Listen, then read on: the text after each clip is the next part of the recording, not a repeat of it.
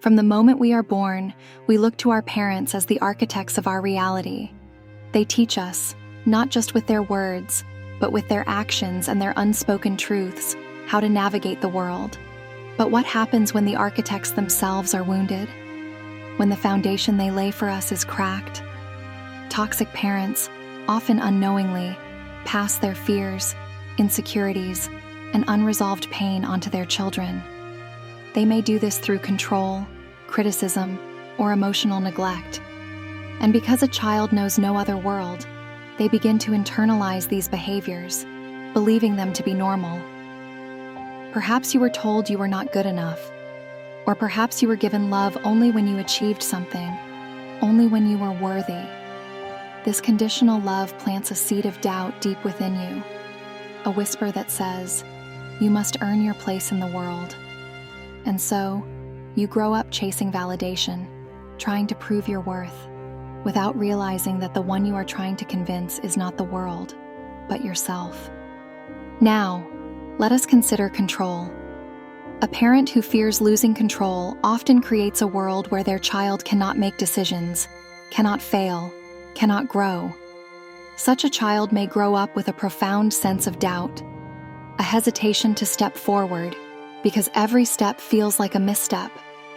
You see, control masquerades as protection, but in truth, it stifles the very life it seeks to guard. And then there is the silence of neglect, not the absence of material care, but the absence of emotional presence. A child ignored learns to ignore themselves. They grow into adults who cannot trust their own feelings, who look outward for validation because they have never learned to look inward for truth. But here is the great paradox. Your parents are not villains.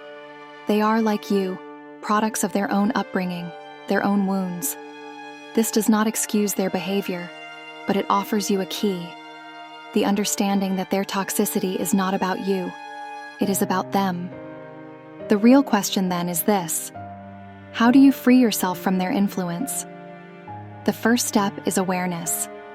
You must see, clearly and without judgment, how their words and actions have shaped your beliefs about yourself and the world. Perhaps you see patterns of self-doubt, perfectionism, or a fear of intimacy. These are not your flaws. They are the shadows of the past. The next step is forgiveness. Not for their sake, but for your own. Forgiveness is not about condoning their actions. It is about releasing yourself from the grip of resentment, which binds you to the very pain you wish to escape. And finally, you must reclaim your life. Understand that you are not obligated to repeat the patterns you were born into. You have the power to create new ones, to choose who you wish to become. In this way, the pain of a toxic upbringing can become a doorway to liberation. It is a reminder that, while you cannot control the hand you were dealt, you can decide how to play it. And when you choose to heal, you do not just heal yourself.